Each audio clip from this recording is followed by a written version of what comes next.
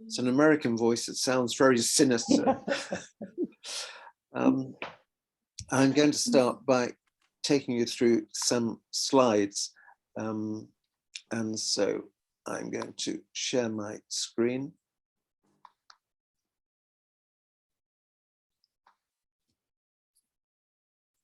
And hopefully you can all see a large map of South Somerset, which is where you are, and I'm in Mendip in the north of Somerset. The primary topics for this evening, but open to discuss anything that you wish to discuss, are the bus cuts, then the investment on buses going to be focused on Taunton. That's to do with the bus service improvement plan. We can talk about that later on. And then what for me is the most important thing as a bus campaigner is trying to see what we can do in our own individual and group ways to get more people on board Somerset's buses. So I'm going to do a brief recap on how we got to where we are today. Firstly, the Somerset Bus Partnership. It was set up, as I say, by Tony Rees. It was set up just after the launch of Bus Back Better, which was launched in March. And Tony said, if all this money is going to be made available to transform our buses, we should have a forum in Somerset which represents the views of bus users and local councils in Somerset. And so let's have the Somerset Bus Partnership. So it was set up initially with 4 co-chairs. We now have 130 representatives across Somerset. We'd like even more than that, but it is a very representative body of bus users in Somerset. We work with parish and town councils. We have a Facebook page, Somerset Bus Partnership Facebook page, which I know 1 or 2 of you are already on. It's well worth joining. We have a website.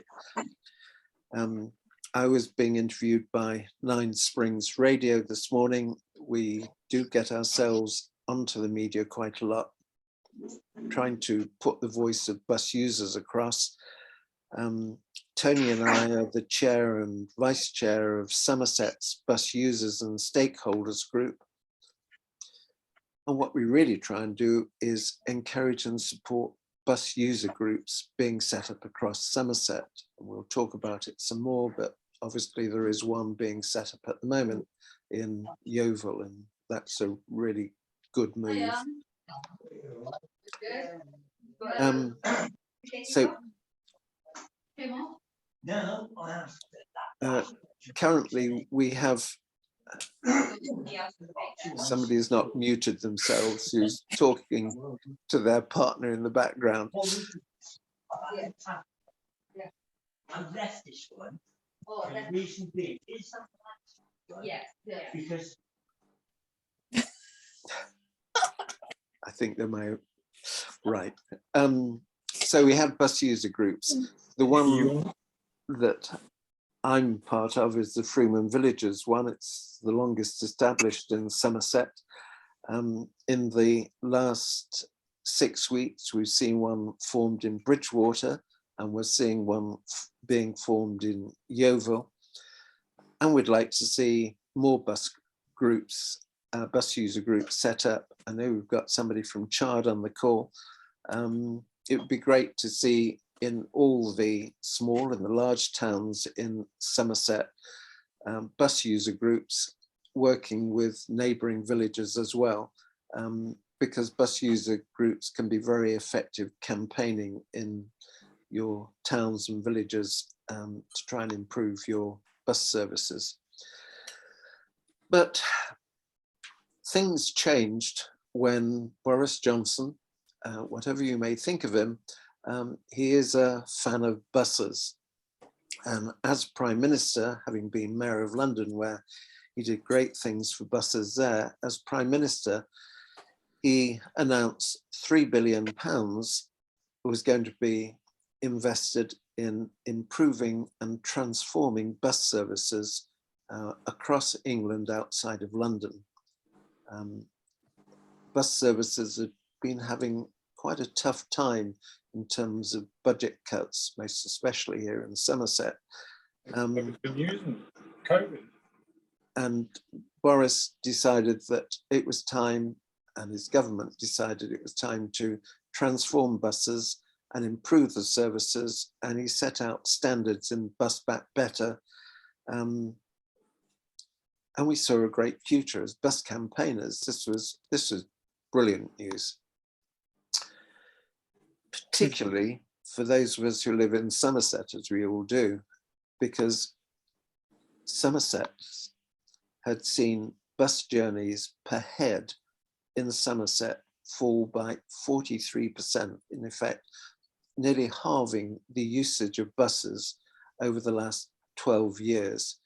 And that was largely driven by the refusal of subsidising evening and weekend services. Problem is that if you get a bus to work and the bus back from work is after 5:30 or 6 o'clock, in many places, most places, you cannot get back from work. So you have no choice if you're going to hold that job in one of our towns to actually buy yourself a car. And so we saw a big reduction in bus journeys per head over the last 12 years because of bus subsidy cuts, which then saw particularly evening and weekend services go.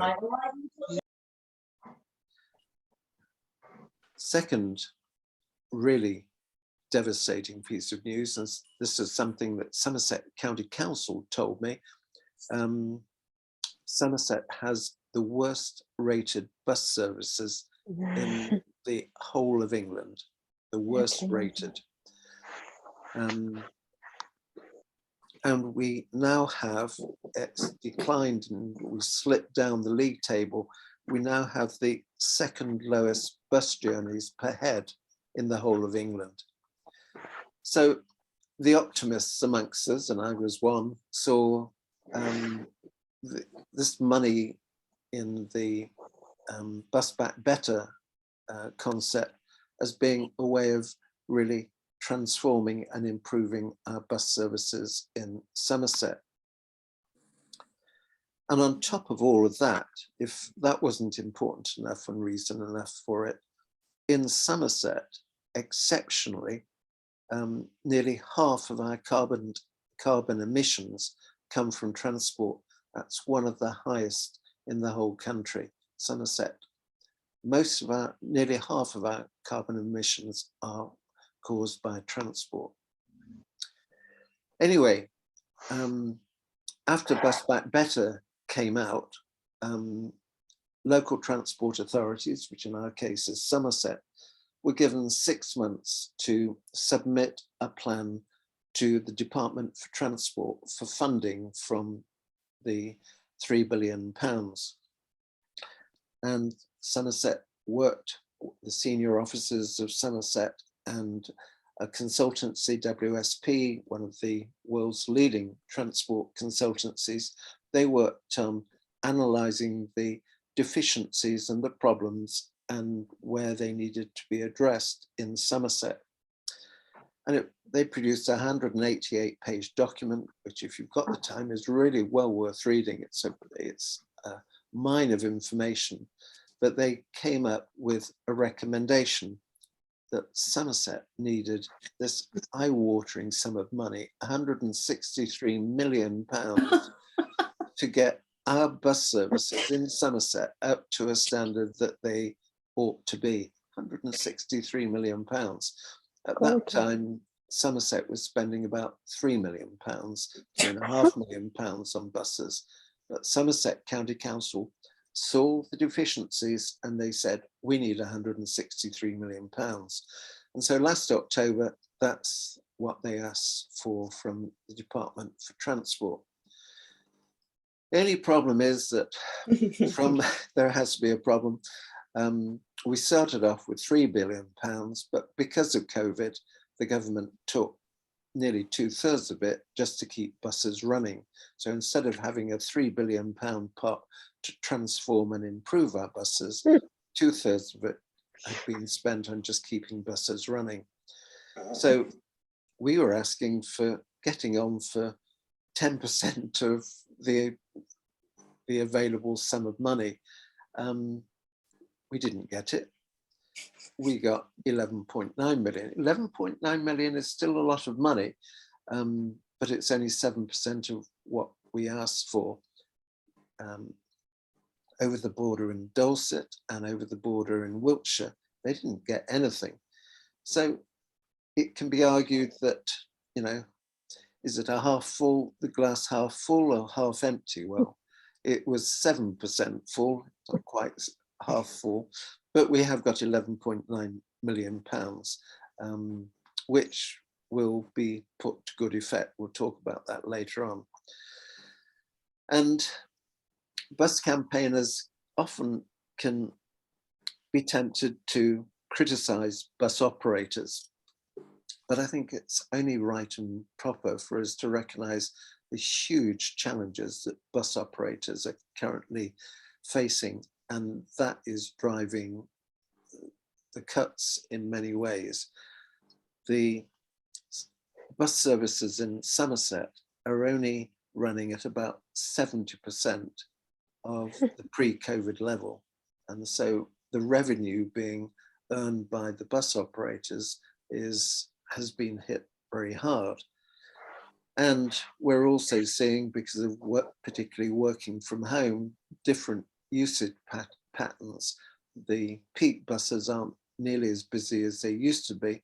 And it's particularly peak time passengers who pay the premium prices, which are really important to the bus operators. On top of that, there's been a driver shortage against the whole heavy goods vehicles, but that's hit particularly bus operators. And finally, and certainly not least, it's the soaring cost of fuel. And so the bus operators are faced with a declining revenue and soaring fuel costs. And they've been helped, as we know, because best part of £2 billion from Bus Back Better went to help fund them through COVID. But that's going to end at the beginning of October, and that's going to present a new challenge. The other big thing that's happened this year has been that there's been an election in Somerset, an election which is going to see us transition to a unitary authority, and the councillors, county councillors who've been elected are going to be serving for the next 5 years. We thought that buses weren't a big enough issue in previous county council elections, and so whilst the Conservatives and the Lib Dems and the Greens and the Labour Party all put out their bus manifesto, we decided the Somerset Bus Partnership would put out its own manifesto for the election. And we sent this 6-point plan to every single candidate in the Somerset County Council elections. And I'm pleased to say that the key aspect of it was that Somerset wasn't spending enough money on buses. The blue bar that you can see there is what Somerset spends, and that's some 40% below the average for other rural counties, Cornwall, Wiltshire, Devon, Dorset, and Somerset. And we argued in our manifesto that at the very least, we should get our expenditure for supporting bus services in Somerset up to the average of those similar rural counties.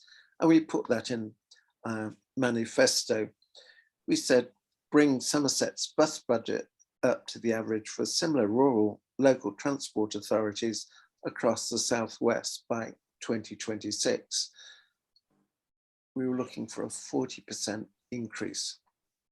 Would prospective candidates, would councillors support that? Well, one of the considerations, which I think certainly persuaded a lot of Conservatives to support this, was with the unitary, there are going to be very significant savings, one hopes, estimated at about £18.5 million. And the leader of the Conservative, David Fothergill, said he would choose to spend a significant portion of that on buses and get us up to the average for those rural counties. What we did get was nearly 2/3, 64% of all the new councillors who were elected in May have endorsed and backed our bus partnership bus manifesto, calling for a 40% increase in bus support. So those councillors, and it's across all the parties, the Lib Dems, Labour, Greens, Conservatives, all of them, 2/3 of them, and we think more than that perhaps, but 2/3 have written to us to say that they endorse our bus manifesto. So that's a promising start for the new council. And just to look at what the Lib Dems, who came out as a majority party, had to say, they want to fundamentally overhaul our public transport system to make it a viable and significant means of transport in the county, based primarily on our bus network, because it is primarily buses which are the public transport network for most people in Somerset. So with all that good news, how was it a few weeks ago we had bus cuts? Those bus cuts were set in motion pre the election and were the result of bus operators saying that they needed cuts to be made. And they were imposed finally immediately after the election. It was all rushed through quite quickly. And unfortunately, because of the election, there wasn't the correct amount of time allocated for consultation or possibly mitigation of those cuts. Those cuts hit particularly the south of Somerset, Yeovil, Bridgewater, Taunton, and a little bit in Wales. It was principally the buses of Somerset services which were cut. Buses of Somerset is part of the first bus group. In the north of the county, in Mendip, which is my area, we also have First Bus as our major provider, but our buses aren't buses of Somerset. They're buses which come out of their Bristol operation, and so are called the Mendip Explorer and Discover. So far, we haven't seen any cuts from that operator, but we did see damaging cuts, especially in Yeovil, in Bridgewater, in Taunton and Wells. And the thing is that anybody who is relying on a bus service and finds that its frequency has been reduced or that the service is being cut entirely knows just how devastating that can be. So those were the cuts which were made by South West Coaches and principally by buses of Somerset. And here in Yeovil, they've been particularly severe. And if Linda's ready, she might like to say something about those cuts in Yeovil. Linda, over to you. Oh, thank you. Oh, where do you begin? Right, can you actually see me? Are you visually? Right, that's okay then.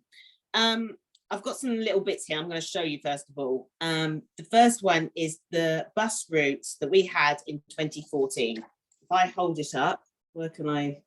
Well, not very good at things like this. Is that visible? Hold it back Back? and more. Oh, it's a bit blurry. Right, okay. Well, basically what it's showing is there is 1, 2, 3, 3 different birth services that served Yeovil, and that was in 2014. Now, up to June, we only had 2 bus services with First, or buses of Somerset, and that was the 51, which is the main.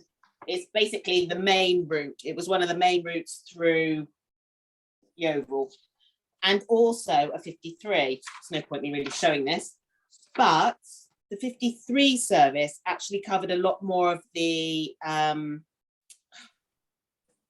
elderly, the more vulnerable people, the people with low incomes. They're more of the out of town regions, housing estates. Basically, it went from half an hour service every half an hour to nothing, absolutely nothing. There was no information about it. There was, it was kept very, very secret. I only found out about 2 weeks prior to these new timetables, and yeah, that's when I started campaigning and getting the word out there, because I use the buses regularly. My parents have both got mobility issues, and I have also got to know a lot of the local surrounding people who are really elderly. And I started hearing words like, I'm going to be isolated. What am I going to do? How do I get to the hospital? And it just became really apparent how many people actually are being totally left off, totally just cut off. It's affected people's social interactions. We actually in Yeovil have a day centre for the elderly over 50s, where they can go and eat a healthy meal, meet and engage with other people, which is quite vital for the more elderly. They need to get out and do things. And instead of being able to get there, they no longer are able to, because there is just not any bus service. That's mad. The nearest bus stops, as I walked with Peter today, are uphill and downhill, and they're at least 15 to 20 minutes. And for people with mobility, it's just not possible. I've had contact with 1 or 2 people who've phoned me up to speak to me personally. And there's one gentleman who has diabetes, so he can't walk very well because it affects his feet. He is also partially sighted through macular disease, which is something that affects the eyesight. And his wife has just been diagnosed with vascular dementia. He has absolutely no way of getting into the town for any food shopping or anything. He is just totally cut off. He has to rely on his brother-in-law, who lives in a neighbouring village, to pick him up to just to go into town to get his food. It's not on. It's just, how can people survive? You know, I know of some learning disability people who rely on the bus. It's their safetyness, their little, what they needed to get them to A to B. And it's just been taken away. They are marooned because for certain disabilities, they have to have a certain routine that they stick to. It makes them feel safe. It's just been obliterated, absolutely obliterated. I've spoken to other learning disabilities that it's affected how they get to their little groups and meetings. I've spoken to people who actually physically have no way to get to the nearest bus stops because they can't walk or their backs hurt. But it's okay getting, if people can get to these bus stops, and this is in the summer where it's slightly drier, it's okay getting there. But once you've been into town and you've got your shopping, you're now having to walk back up hills and you've got heavy shopping. It's just not viable. It's just not fair. These people should have the right to get to a shop, a bank, and the hospital. I mean, that's another service the 53 was covering around this area, went past the hospital. We have no means of getting to the hospital now. apart from Indeed. a southwest coach, which is a 52, which goes every 2 hours, but it still doesn't cover any of this region. It's just one of the nearest stops. Linda, thank you very much. Sorry. And I know I mean, that's the reality of these bus cuts. They really do impact on people's lives. Alan, you've got your hand up. Thank you, Peter. As people probably don't know me, I'm chairman of the Coach Operators Federation, and I'm also a bus operator in my own right, a bus. Lynn was saying how she didn't know anything about the changes until 2 weeks, maybe before they happened.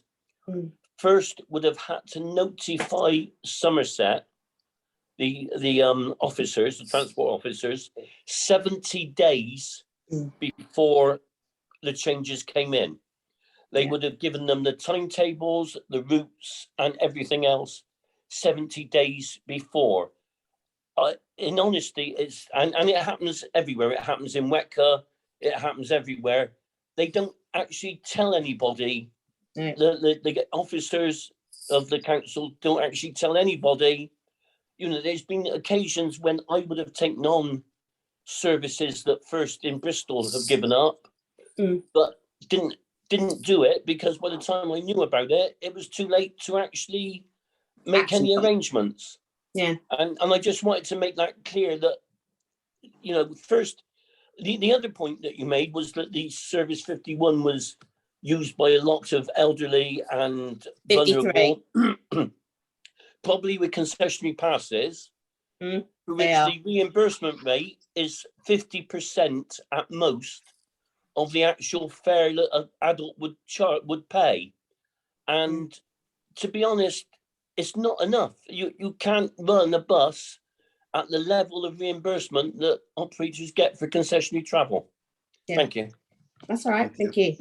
Yes, and we'll come back to that issue, but it's a very valid point that, yes, Somerset would have known whether it was covered by the pre-election silence from officers because it could have been politically controversial. I don't know, but for whatever reason, very little information was put out, even at the bus advisory board, which I attend and other people on this call attend. We were given only very superficial information as to what those cuts were, and it is something that we are going to take up with Somerset. In fact, I've written to Mike Rigby, who's now leading on transport issues, about that point. So I'll just go back, if you don't mind, to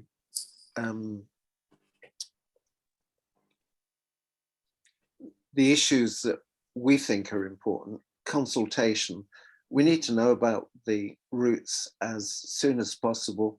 The Somerset County Council needs to alert people being affected by those changes as soon as possible to allow consultation to take place, because that consultation could enable, if the local transport authority, Somerset, chose to do so, to set forward and mitigate any proposed cuts by the bus operators. Bus operators have to operate on a commercial basis. If a route is no longer commercially viable, then they can talk to the local transport authority, Somerset, and say, can you do anything in terms of supporting this bus service because it's no longer commercially viable, but perhaps we can come to an agreement whereby we can maintain the services if you provide a support to those buses. And we should be exploring options, as Alan said. There is more than one bus operator available, and bus operators have different cost structures, and it may well be that another operator could have taken over a route which first might not have found to be a viable one, but another operator might find that they could be quite viable. And something we're going to hammer long and hard, and I know it's something that Linda feels very strongly about, is Very. the lack of information to announce the existing services, change services, cancel services, future services. And we've talked about the bus cuts which have just taken place. Yesterday, people on the Somerset Bus Advisory Board were told that there's now going to be a special meeting on July the 14th, when we're going to be told about further bus changes. It may be that in some cases there will be mitigation of the cuts, particularly I think in Taunton that's being looked at, but we fear also other cuts, because there are a series of major bus reviews being undertaken at the moment, one by the major bus operators, but also one by Somerset, and affecting the north of the county, one by the West of England Combined Authority, which controls a lot of the buses which come into the Mendip area.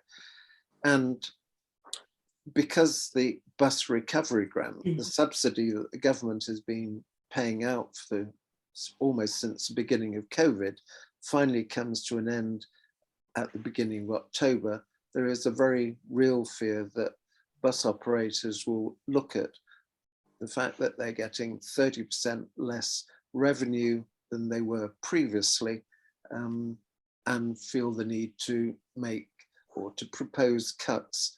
And then it will be up to Somerset County Council as to whether they can step forward and try and maintain those services working with the operators.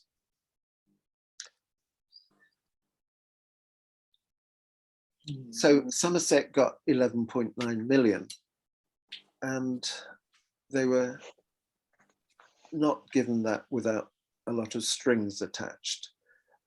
Firstly, they couldn't use that money to maintain existing bus services. The bus service improvement plans were all about improved services, so they couldn't use the money just to maintain existing services. It would only be improvements to those services.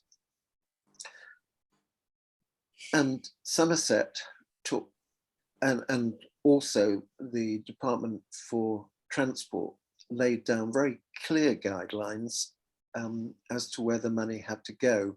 And if in Somerset's case, if they didn't follow those guidelines, they were told that they wouldn't necessarily get any of the 11.9 million. And the Department for Transport said it had to go on principally on capital expenditure and very much on bus priority lanes.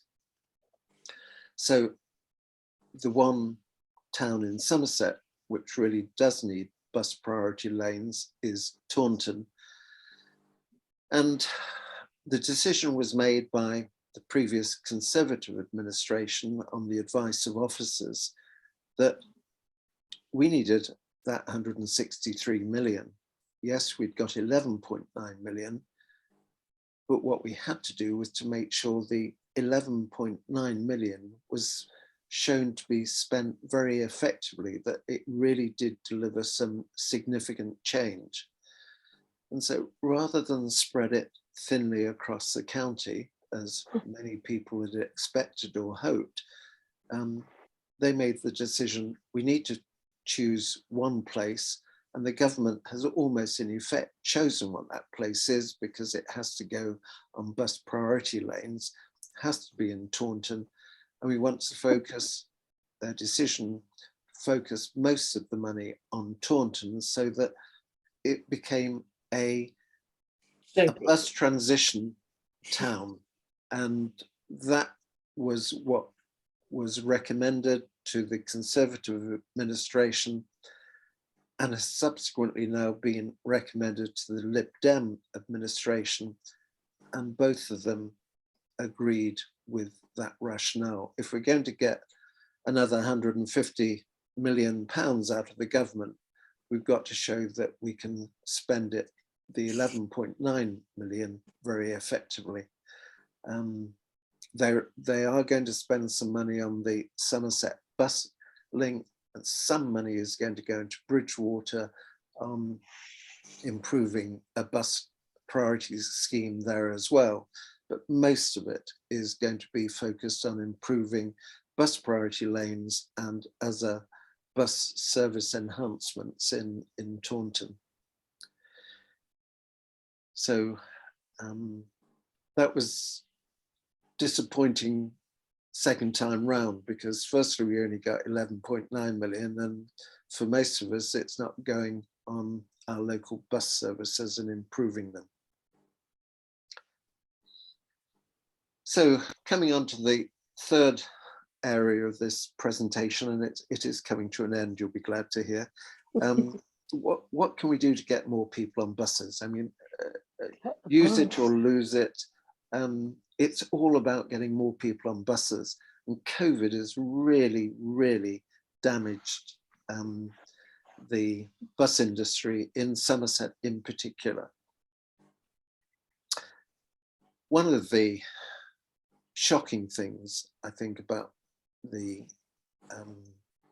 lack of information about buses is that throughout Somerset, and I was very interested to look at bus stops and bus shelters in the Yeovil area, because they are not satisfactory, as they are not in the Mendip area as well.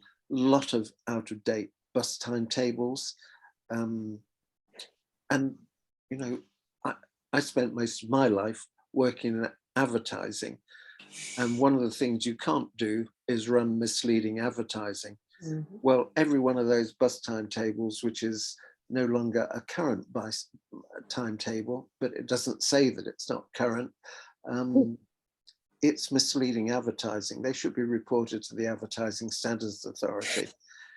Online timetables, one would think that at least they should be accurate.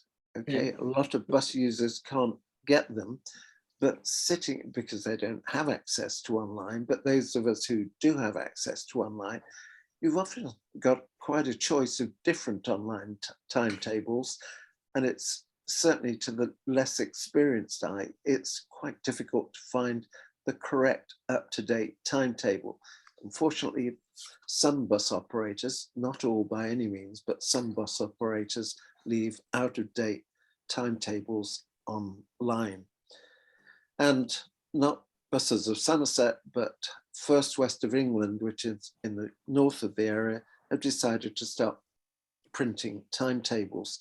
So for those who haven't got online access, there's often no information, and sadly often out-of-date information at the bus stops, and there are no route timetables. Linda was telling me that they, just before the new bus cuts came in, bus users in Yeovil were asking Buses of Somerset drivers, have you got a timetable we can have of the new bus times? And they didn't have one to give out. I mean, what a way to treat loyal customers. And on the walk round Yeovil today with Linda, I mean, Linda's actually had to put up notices on bus stops to say this bus stop is no longer served by the 53 bus. Nobody had put those, the bus operator had not put those notices. Somerset County Council had not put up those notices. And they've still got out-of-date timetables up on some of those. And then look at the state of these bus shelters. It's not just Yeovil, and there are some much better ones in Yeovil than these, but there are some really bad examples in Yeovil. And that's despite having funding from advertising on some of their bus stops. But as somebody who's worked in an advertising agency, I would never recommend my client to put their advertisement on a smashed window of adjacent to a smashed window on a bus shelter. I mean, what a image it is to associate your brand with. We really need to grab hold of this issue of information and bus stops. And if you read Bus Back Better, they say how important it is to ensure information is available to bus users. It's the very minimum we can do in the way that we treat customers of bus services, and bus shelters and bus stops need to be upgraded. It will be an issue we're going to take up with Somerset. I'm afraid that operators are really, really good, expert at running bus services. They've done a remarkable job under the most difficult of circumstances over the last 18 months, 2 years of COVID, really difficult circumstances, particularly with the shortage of drivers. What I'm afraid bus companies are really dreadful at is marketing their services. Again, I say, I've been in advertising. When did you last see a television advertisement for buses, bus services? When did you last see a press ad or hear a radio campaign to encourage you to go on buses? They just don't spend the money on marketing. They don't spend the money on even getting timetables, accurate timetables up and out. But those of us who want to see better buses, and those of us who rely on buses to get from A to B, it really differs down to us, because I'm afraid Somerset County Council so far haven't been performing the job they should be doing, particularly on putting information up at bus stops. And it's until the new administration gets into control and really drives that point home, and we will be hammering that point home. I've asked for it to be put on the agenda of the next bus advisory board, the lack of information. We as campaigners need to do something about that. So, for example, in villages particularly, and this is a bus timetable that my own village produces, we produce our own bus timetable just showing when the buses are going to Frome or Bath or to Trowbridge from our village, and the times that they're coming back from Frome, Trowbridge and Bath to our village. It's very easy to use, very clear, very simple, whereas a lot of bus timetables are quite complicated. It's customized. And I think all the parish and town councils on this call should think about doing it. It costs us £164 to print 2,000 copies of this bus timetable. Then all our parish councillors, they go round and deliver it to every single house in the village. Now, in parishes, that's easily done. In towns, perhaps it has to go out with a free newspaper or something like that. That's what Frome, we persuaded Frome to do a similar bus timetable. That's how they distributed it. We could do bus stalls. Particularly in the towns in Yeovil and Chard and other towns in the South Somerset. This is one we did in Frome, and we know that Bridgewater have now done one, and I'm encouraging Linda to think about doing one in Yeovil as well, where you've got people who know the bus routes within the town and connecting the town to other areas. They will have timetables which we've either printed ourselves, or the bus operators who do timetables have supplied it to us. And then we spend a Saturday, whole Saturday, giving them out to people and talking to people. And it's amazing how many people will come and talk to you. We get hundreds, literally hundreds of people dropping by. We normally have 3 or 4 people on the stand, and we're busy the whole of the Saturday. Now, in September, there is going to be Catch the Bus Month. And this is a real opportunity to do something about raising the profile of buses. And in Somerset, we've got the Somerset Catch the Bus campaign. And we're going to have a week from the 3rd to the 11th of September, where we're going to have a particular focus of activity in Somerset. And I'll be seeing if we can do something down here, particularly through Linda. And I know we've got someone interested in Chard. We might be able to persuade a group in Chard to do something as well. But it's a way of engaging with people, hearing their issues with buses, and encouraging people to go and use buses. And we have some of these Catch the Bus green hands. They're very eye-catching, a lot of fun. We have the only green hands in the country. We've only got about 20 of them.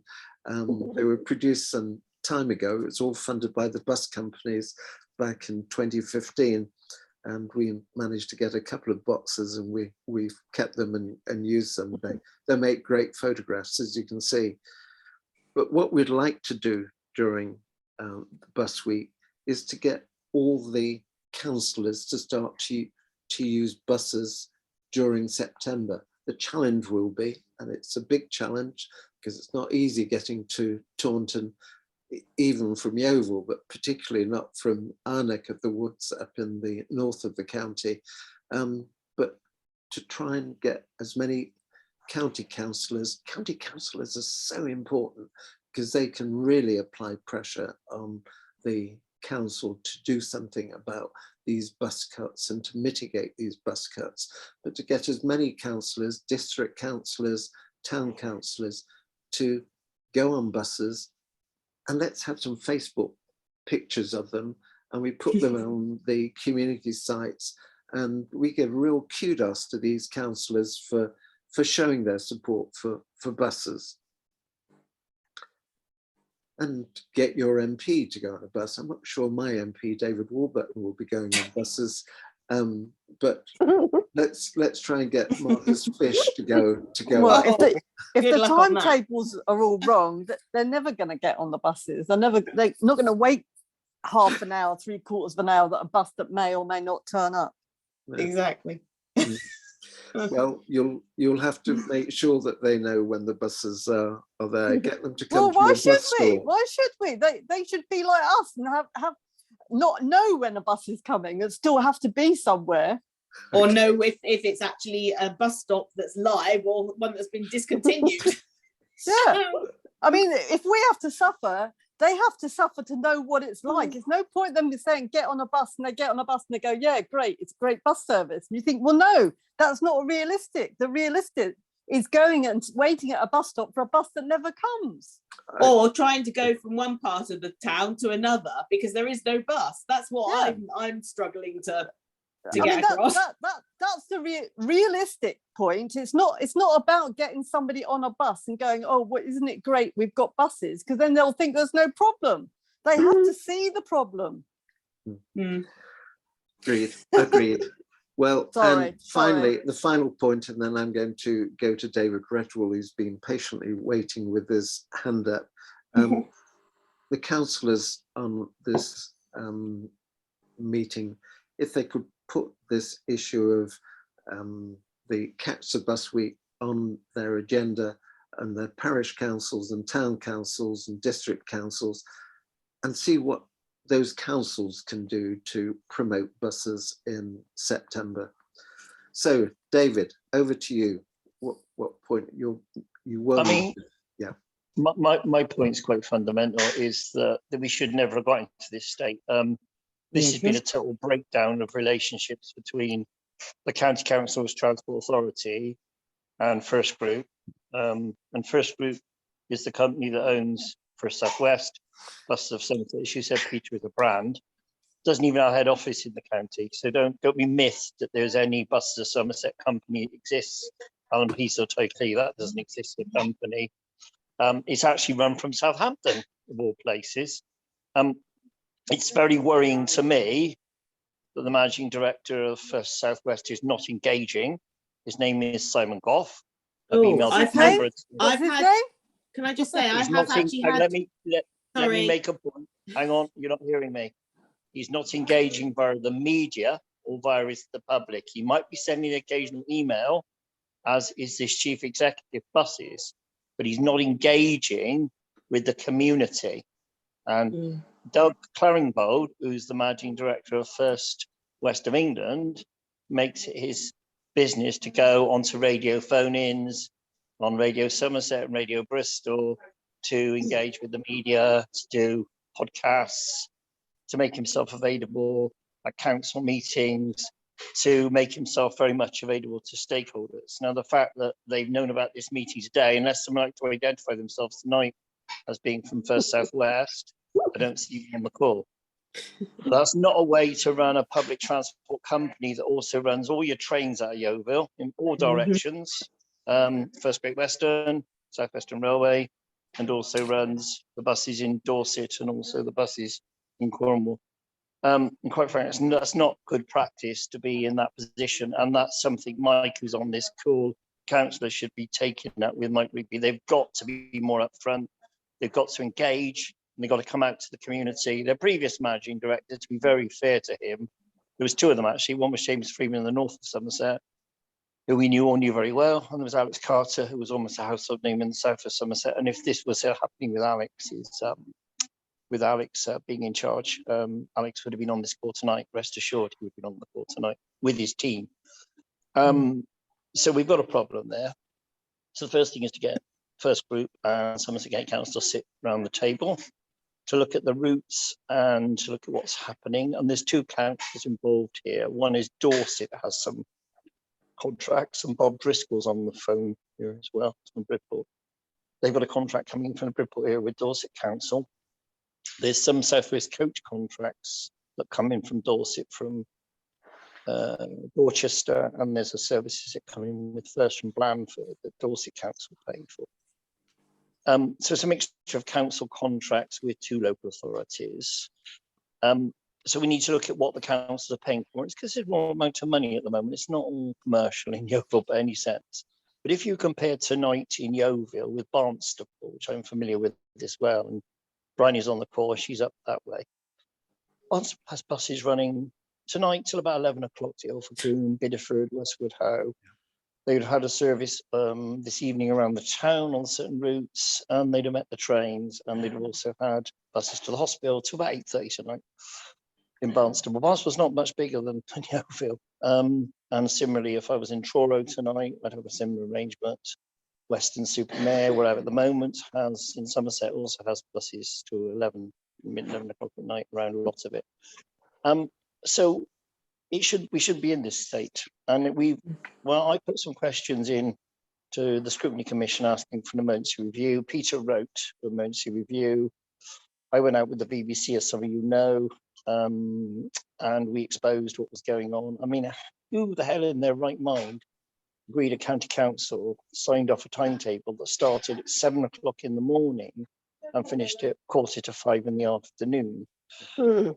No, in fact, in some places it's 4 o'clock in the afternoon. No council in the country has got that level of services.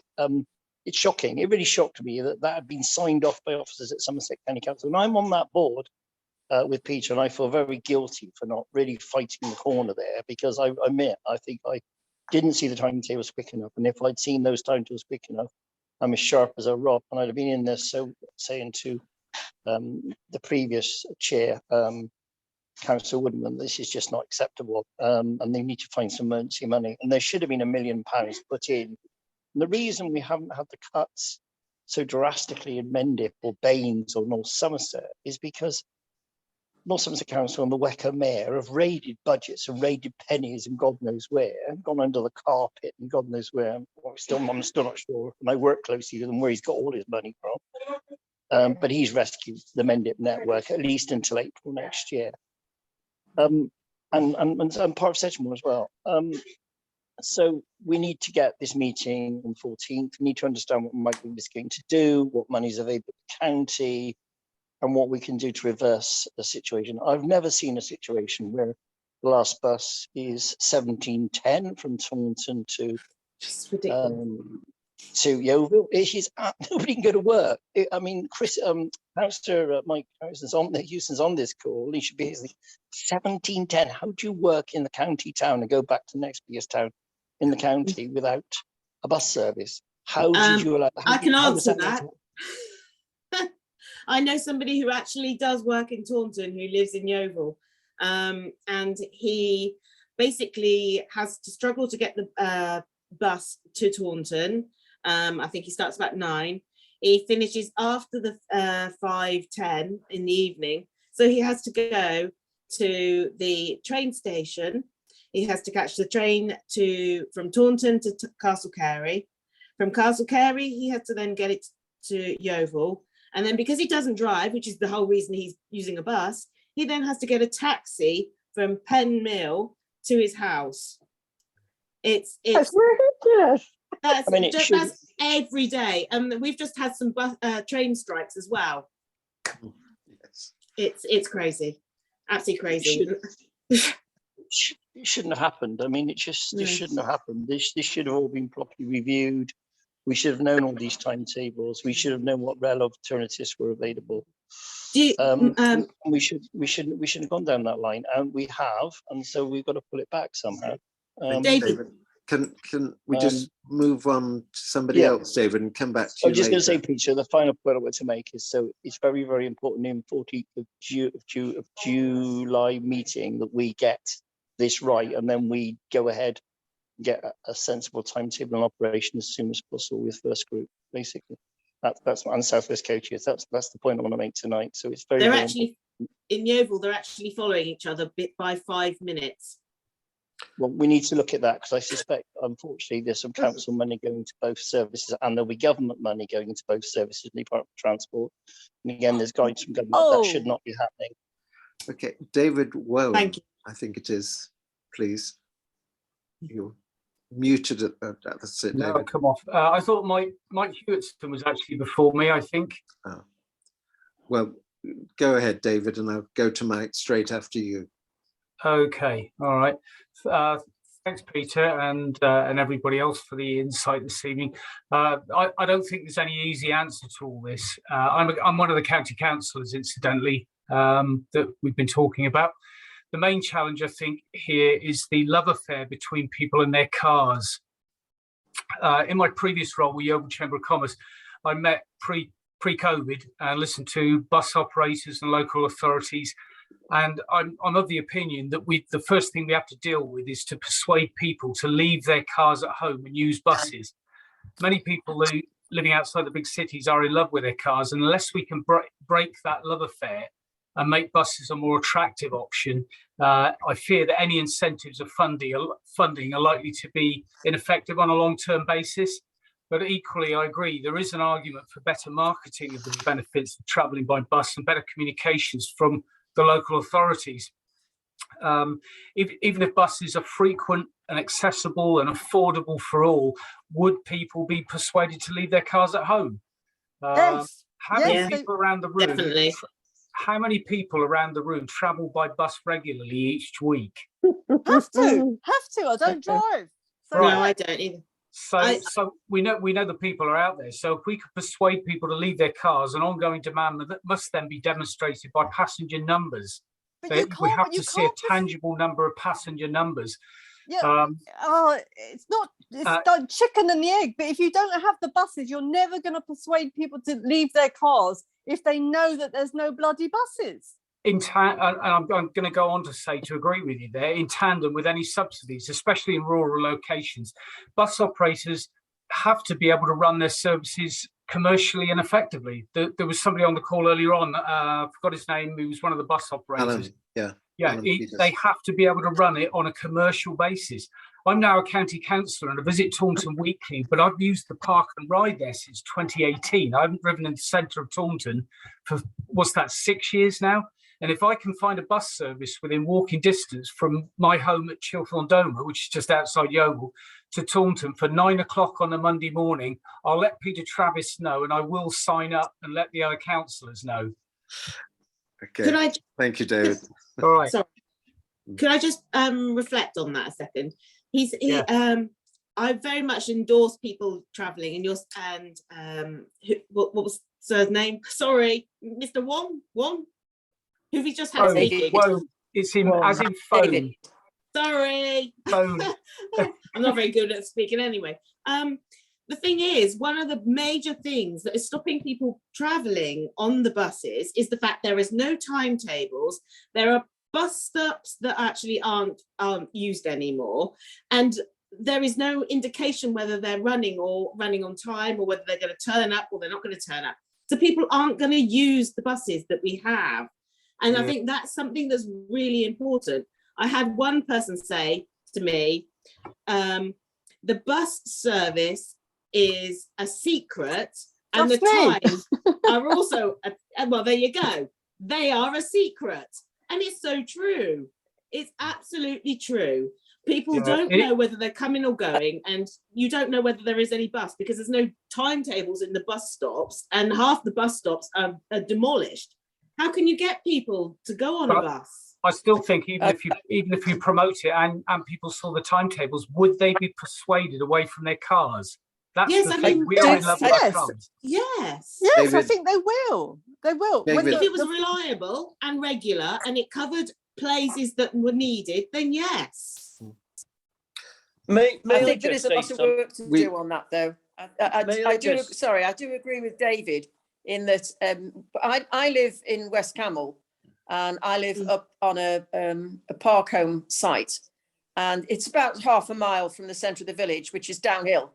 Now, the people on my site use a bus twice a week. We only get a bus twice a week into Yeovil. There's no bus service to a hospital or doctor or anything like that.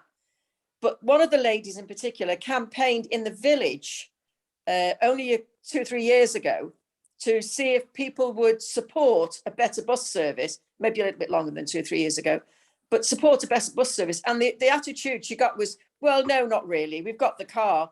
And she said, yeah, but as you get older, you mightn't be able to drive a car. And they said, well, we'll get a neighbour or we'll get it delivered online. That's what you're up against. It's an attitude problem. Yeah, but definitely. the cost of petrol, look at the cost of petrol, Yeah, the cost of running it. It's now increasing to the point that it's stopping people being able to use their their cars. Yes, so people will get on the buses because they will have to, because the fuel price will be through the roof. But at the same time, you have to provide the buses, though. Yeah. If you don't provide the buses, they won't come. It's Can we that go chicken to and the- egg that somebody mentioned. Can we go to Mike Hewitson? Yeah. He's patiently waited. Mike. Thank you. Thanks everyone for the really interesting conversation tonight. So my name is Mike Hewitson. I'm a district councillor at South Somerset, county councillor at Somerset County Council, and I am the associate lead member for Transport and Digital for Somerset, which is a fancy title, but essentially I work with Mike Rigby, the portfolio holder, to try and help to shape services going forward. Obviously it's early days yet, so I'm looking to try and work out how we can make the best impact we can on the services that are making a big difference for the public. So I'm really interested to hear about the bus timetable issue. Actually, I just wondered whether people were using Travel Somerset, the website, and whether the timetables on Travel Somerset were and are up to date, because I was briefed by officers that the timetables on Travel Somerset should be constantly updated and should reflect road closures and other local disruption. So I'd be really interested in feedback on that, to see if people are using it and whether it's accurate.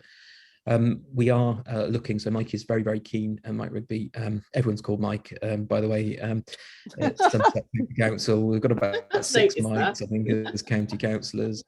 I was in a meeting the other day with 3 Mikes, which is always fun. So we are looking actively at trying to get a campaign going to support more bus patronage. The thing that I'm really, really concerned about is the withdrawal of the emergency funding for buses later on this year, because let's be clear, actually Somerset County Council haven't cut services. It's the providers that are cutting services. because they're finding it no longer commercially viable to operate these routes. We know that wage inflation for drivers is going through the roof. We know that fuel costs are going through the roof. So in order to stand still, we need a very strong level of growth, which I don't know, if I'm honest, how realistic that is going to be. But I want to do everything I possibly can do to give bus services the opportunity to recover their patronage levels. But we've got to understand there have been changes to behaviour, so more people working from home, more people working remotely, and that will affect the number of people who potentially will want to travel for work in particular, not necessarily for day-to-day essentials like shopping or the doctors or anything like that. But there have certainly been changes to people's behaviours in the pandemic, which may make some routes commercially unviable. Now, there's only so many ways that we can support bus services through subsidy, because each pound can only be spent once. So if we're spending it subsidising services in Yeovil, that can't be used elsewhere. So it's about getting the best bang for buck that we possibly can do, which is a horrible phrase, and I know that it'll wind everyone on this call up to hear that, but I'm just trying to be honest with you. And us politicians actively, every time we're honest, we always get beaten up over it. So I'm just trying to share the sorts of conversations we're having here, because unless central government changes its position with regard to the funding of these services, I do fear for the future of rural bus services in particular. I'm going to come on to some other things that we've cut across in this call in a minute. I will take up David Redgewell's suggestion to try and get Simon Goff around the table and to work with Dorset to see if we can leverage that relationship as well to better effect for taxpayers.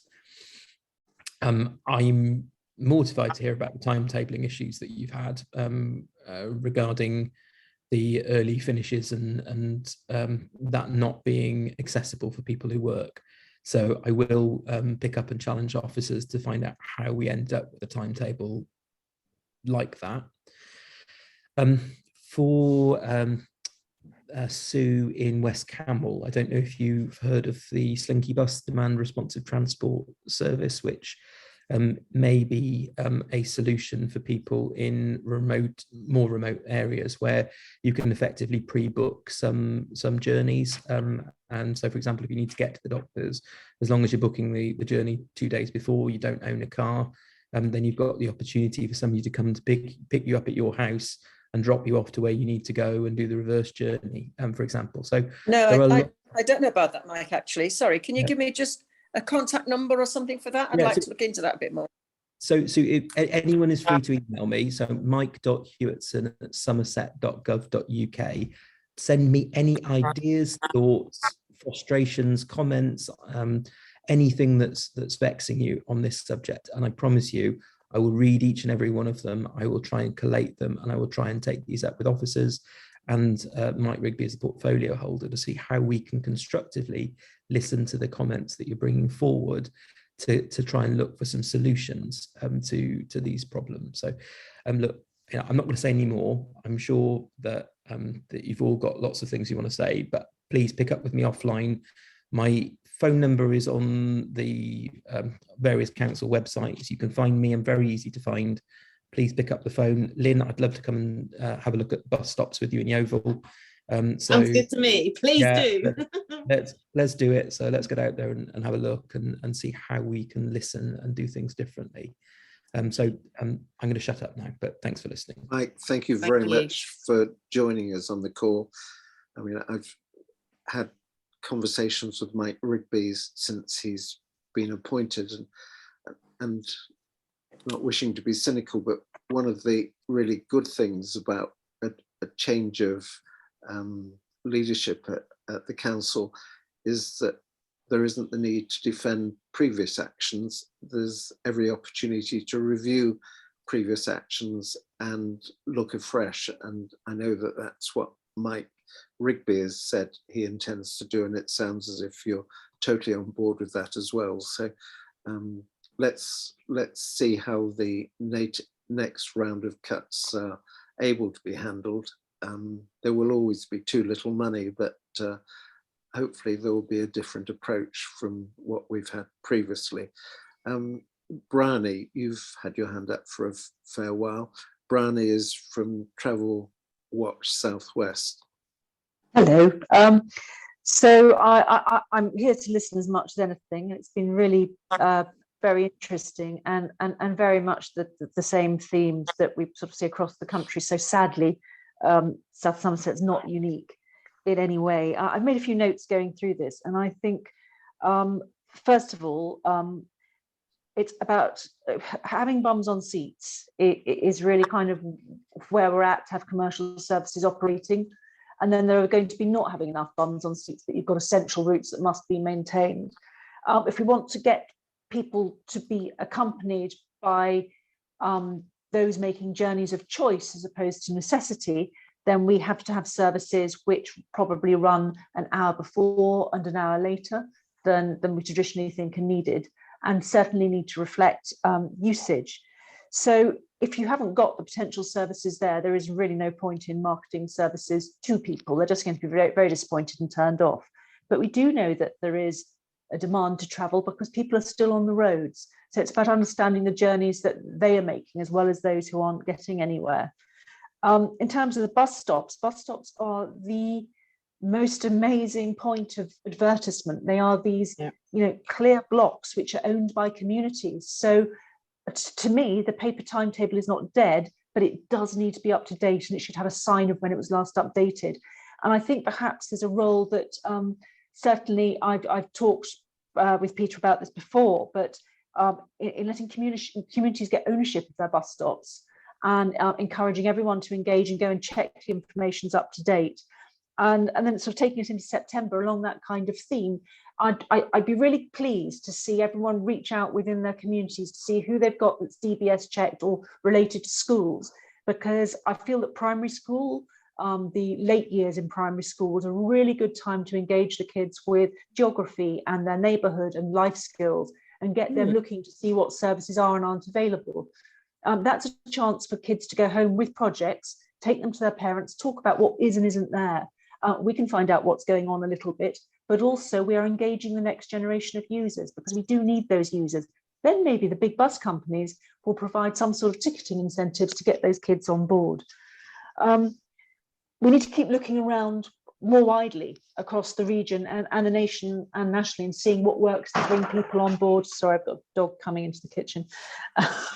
See what gets people coming on board. But basically, we need to be set up for success when people come on board and really imprint on the minds of those. And I know, Somerset money is a real pain.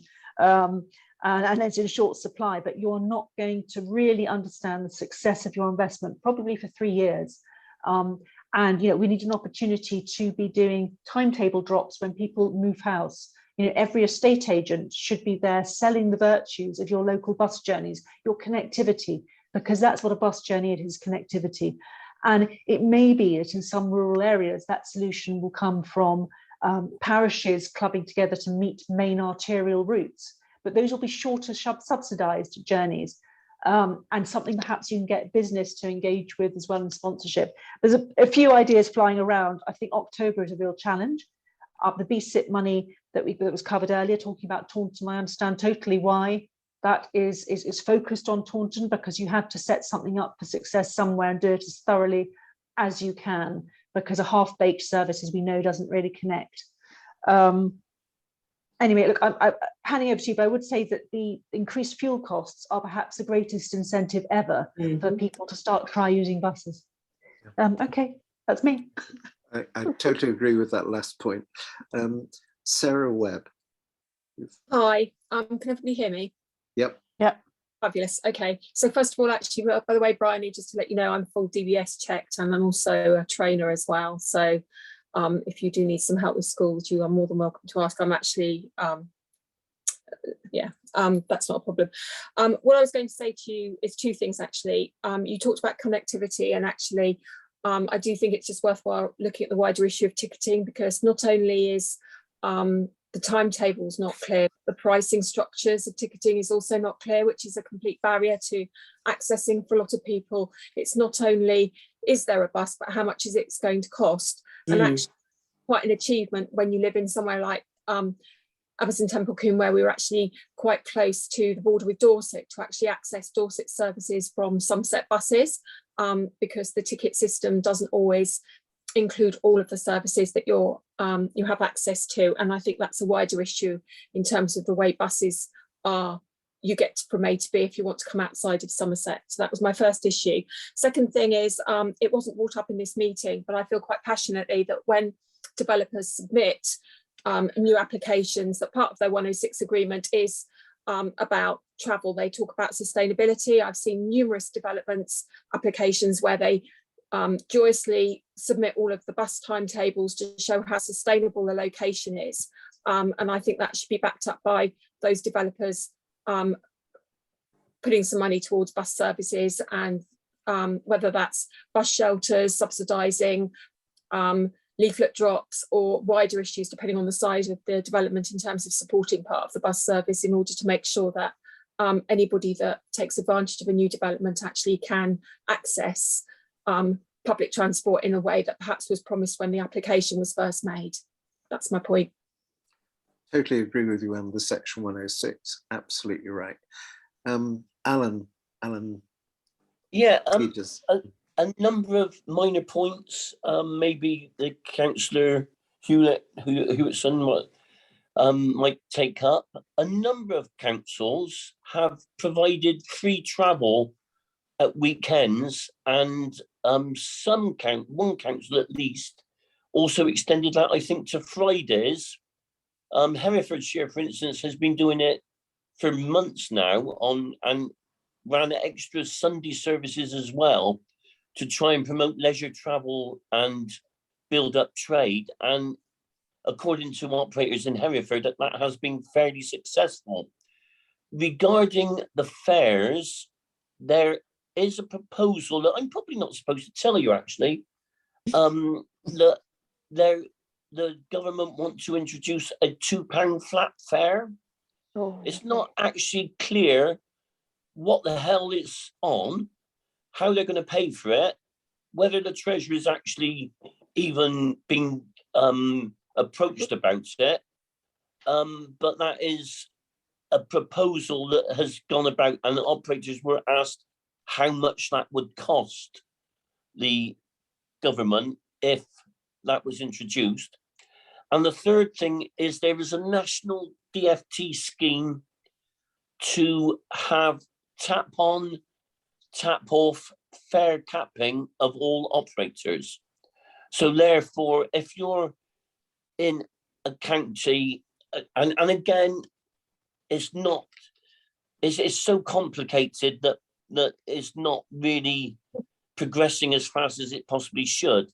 But in Bristol, for instance, they've got tap on fare capping where they're capped to the day ticket. So no matter how many journeys you make, but it's only for one operator, you only pay the day ticket for that journey.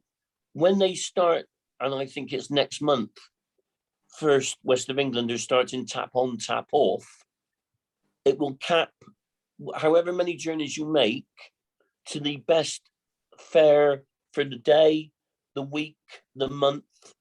So, if you make 10 journeys a day, every day, then you'll never pay more than your monthly ticket. Whereas if you make 2 journeys and they're only short, you might only pay £3 or something like that.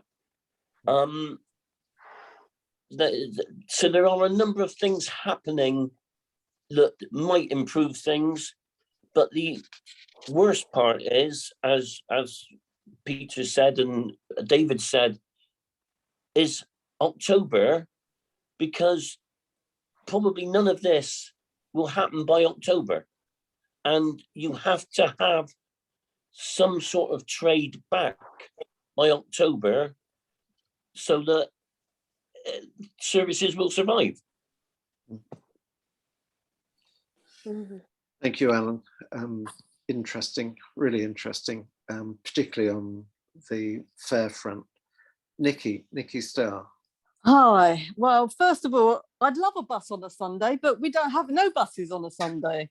So yeah, just one bus would be nice. And it's all very well saying, you know, if you have 10 journeys, I don't think there is 10 buses in Yeovil. You could possibly do 10 journeys. They all take forever.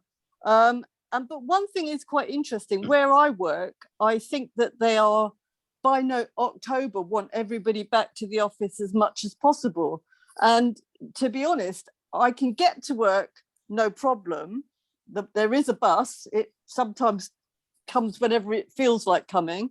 But as long as I'm not late, I don't mind. But coming home, I often wonder whether there's a bus coming because I don't know. And I cannot face I've literally thought about sleeping in the office because I can't face having to walk home. I mean, I don't know if you've noticed our cabs here are called Dracula, and I don't know if that's because they bleed you dry. You know, I mean, I have to say, you know, I only moved to Yeovil 5 days before lockdown, so I didn't go on a bus for a year. And I've only been on about 3 or 4 buses, and they are a mystery to me. It took me ages to work out what was a bus stop because it's so alien to me coming from London. Yeah. So I haven't been on many buses, but I do think on a Sunday, I think, oh, I've done my washing, I've done my shopping. I would love to go out for the day. Where can I go? Oh, can't go anywhere because there's no buses. Hereford did actually pay to have Sunday services put on Monday to Saturday routes to try and improve trade, to the extent that a colleague is going to carry on after the free travel ends with the Sunday operation because he is reasonably confident he might get enough passengers to actually make it worthwhile. Well, I would think so. I mean, I can't speak for anybody else. I can only say that, you know, I would like a Sunday service. It would be nice to go somewhere and not feel like I'm living in the village of the damned and I'm not allowed out, you know. And it's also, you know, quite a shock when you do go to London by the train and you buy a Pen Mill return, but it doesn't come back to Pen Mill. It leaves you at Yeovil Junction on a Sunday and there's no buses. Yes. You know, I know this is all new to me. And I mean, you can't walk on pavements because they suddenly stop and you're walking in the middle of the road because you're by the verge. You're a city dweller, that's your problem. I know. I mean, you know.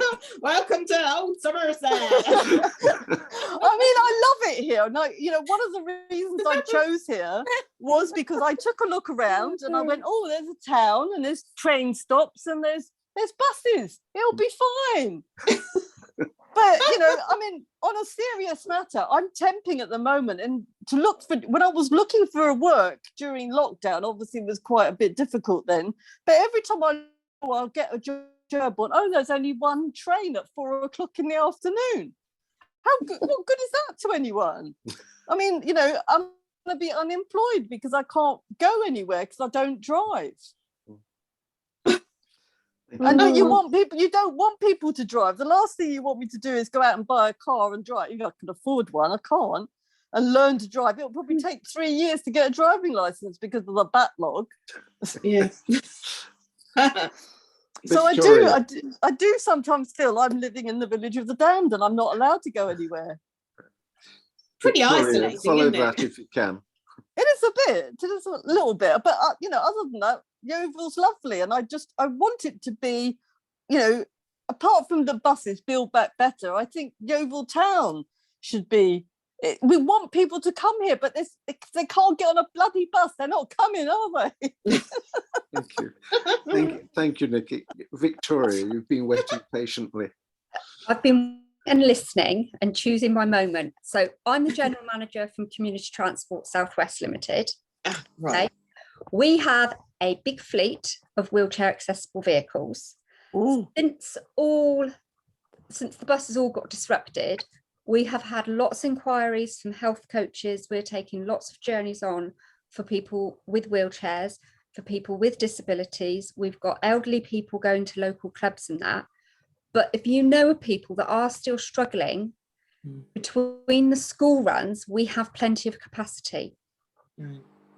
But Actually, it's getting the advertising out to the right places.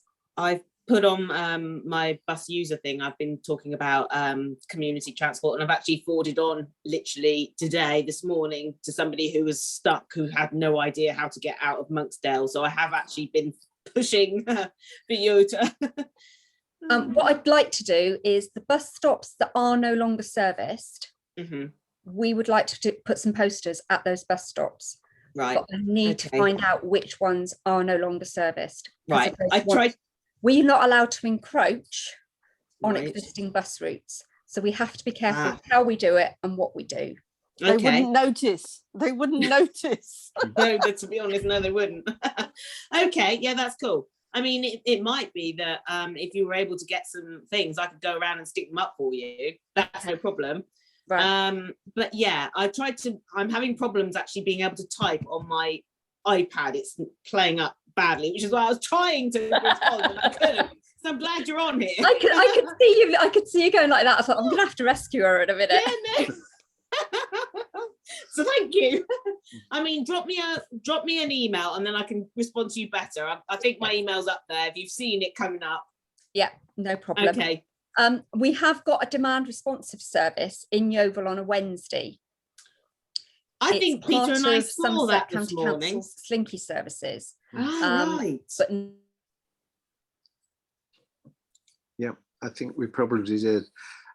By the way, if you haven't put your contact details, your email addresses on the chat, it would be really helpful if you could do that, and then we can just keep you updated on next meetings and other things.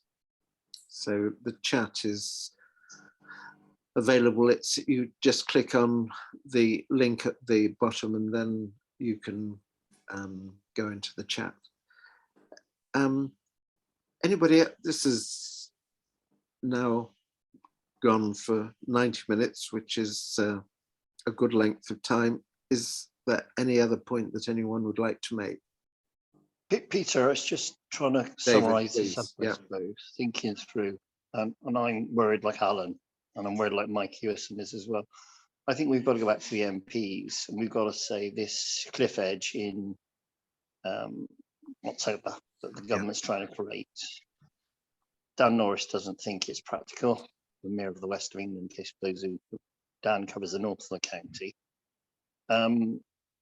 and he's not convinced that that the government they're going to have enough seats on those buses in the north of the county, let alone the south of the county, in South Somerset. Devon County Council is not convinced it's going to be able to build back better with the bus network in Devon. And certainly Dorset's not showing any sign of that, with 9 meters of seating service being cut at the end of July. Cornwall's got a special dispensation. That's why they've got cheap buses and cheap train fares.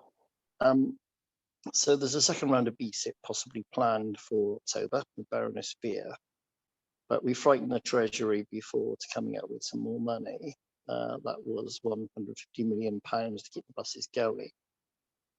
And absolutely, Mike should be looking at whether South West coaches and First Group should not be following each other around Yeovil using taxpayer money. That's certainly not lawful using taxpayer money. Let's make clear it's not lawful. And effectively, we need to probably run a campaign now to go back to the MPs. Now, I could be cynical and say there's a lot of Conservative worried MPs now in South West England, across Somerset, Devon, Cornwall, Dorset, Wiltshire, Gloucestershire. They'll be worried about their seats in 18 months, and they may concentrate their minds as to whether they should fund public transport. And I think that should be what is going into their mailboxes in the next few weeks. And I think everybody in this room should be virtual room should be reminding them that buses and public transport and these trains that run around in the summer that carry a lot of. I think Linda and I have corresponded on Facebook on that. And these trains run around very full in the summer, but as Peter knows, they run around, because he's in Frome, they run around very sparse in the winter. And we're faced with December train cuts as well, possibly in rural Somerset or South West England. That's being hinted at quite heavily. So we need to put the pressure on, keep pressure up hard, and I think the MPs are key to this, and also for those that get involved, the 2 regional transport boards. There's one for South West that covers Somerset, Devon and Cornwall, Plymouth and Torbay, one for Dorset, Bournemouth and Christchurch, Wiltshire, Gloucestershire, Wecker and the Bristol area. So we need to keep those are government boards that report to DFT. So we need to keep every point of pressure up. But I do think it's now about trying to. We're not going to make these buses commercial in the timescales we've got available. We're not going to make the trains commercial either. You probably see what Grant Chap said about 20% less people on trains, which is true. So we've got to get government money to keep that. And across Europe, we fund public transport for the public purse. If I was in Germany tonight, I'd be paying £9 going anywhere in most European cities in Germany, but not in the UK and certainly not in England. So it's a political decision. We've got to go back to the Department of Transport. We've got to put the pressure on. It's Grant Shapps, Baroness Veer, Wendy Morton's the rail minister, and just argue the case. And we've got to make sure that Somerset plays its point with Dorset. We get these reviews. They're submitting a review on the 1st of July. I've not seen that review. I'm sure Peter hasn't yet as to what Somerset's submitting. I've seen the record one, by the way, in North Somerset. And then we've got to make sure on the 14th, and I think we need a special bus forum, Peter. I'm going to put that on the table tonight, Mike. We need a bus forum with the passengers who want to come along virtually after that 14th meeting. So we talk with the border community again. We all have our say, and First can listen, Southwest coaches can listen, and any other bus operator, stagecoach can listen in the county, and the rail operators to what we need. With the limited public money, it might be available, but not now first. And offers us a county to sit down and draw up maps, which put lines on maps, but don't serve communities using. I wouldn't mind if it was shareholder value, but in fact, this is actually taxpayers' money, and we need to be part of it. And that's, by the way, is what the guidance note says from the Department of Transport. Very clear.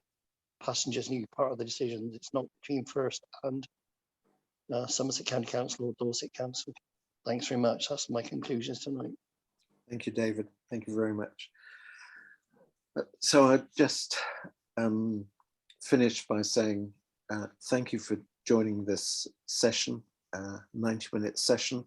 I think we peaked at 21 participants. The fact that we've got still 19 after 90 minutes suggests that it's probably been quite a useful and interesting session. Certainly I thought it was. The Somerset Bus Partnership is made up of volunteers. We're constantly looking for more people to become our local representatives. As I say, we've got 130, but would like more. If anybody feels as strongly as the people most closely involved in the Somerset Bus Partnerships that we need to work together to increase bus usage in Somerset and to improve the buses, we'd really like you to get on board with us. Our email address is somersetbuspartnership, all one word, @gmail.com. That's somersetbuspartnership@gmail.com. We'd love to hear from you. We will be in touch with you, telling you of our next meeting, which probably could be fairly soon, because I think it would be useful to have a meeting once we hear about the bus changes on July the 14th. So we'll probably call a meeting. It might well be a meeting for all of Somerset rather than the districts. So thank you very, very much. Hope it's been interesting. Peter, I've just had a message from Connor Payne to say he apologised for tonight, but he's happy to offer any help to Linda and yourself. That's Councillor Connor Payne from Chard. He's just literally emailed me and would help Linda in any way he can. He's the Conservative Councillor for Chard. He's before he became a councillor, to be honest, I've known him for a long time. He's very interested in public transport and will help wherever he can. If he's any links he can make with government, he will try and do so. You're a star. Thank you. Thanks, David. Thank you. Thank you very much. Thank you to everyone. Thank you, Peter. Thank you. Thanks all. Thank Thanks, you. Lynn. Take care, all. Thanks. Good night, everyone. Night. Good night. Bye. Like, How do I get out of this? Thanks a lot. So, Yeah. okay.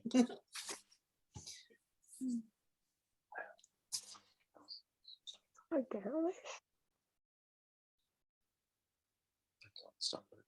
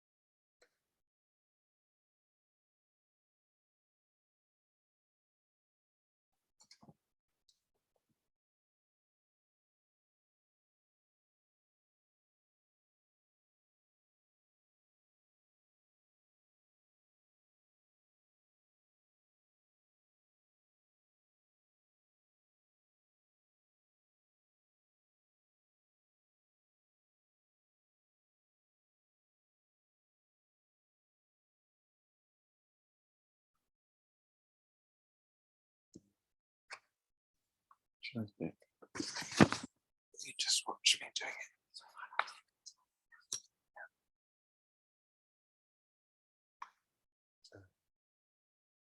Sorry.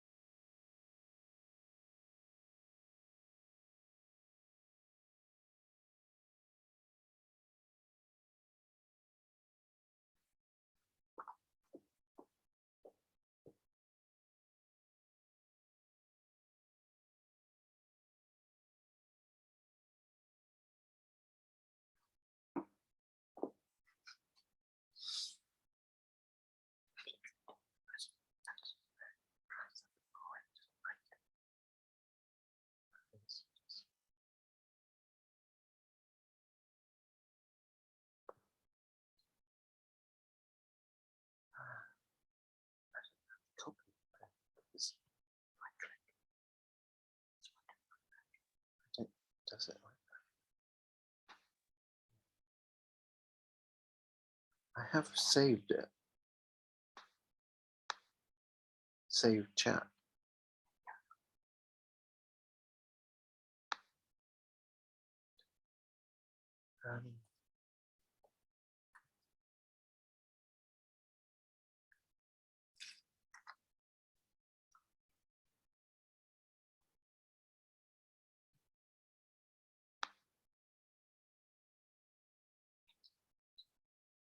That's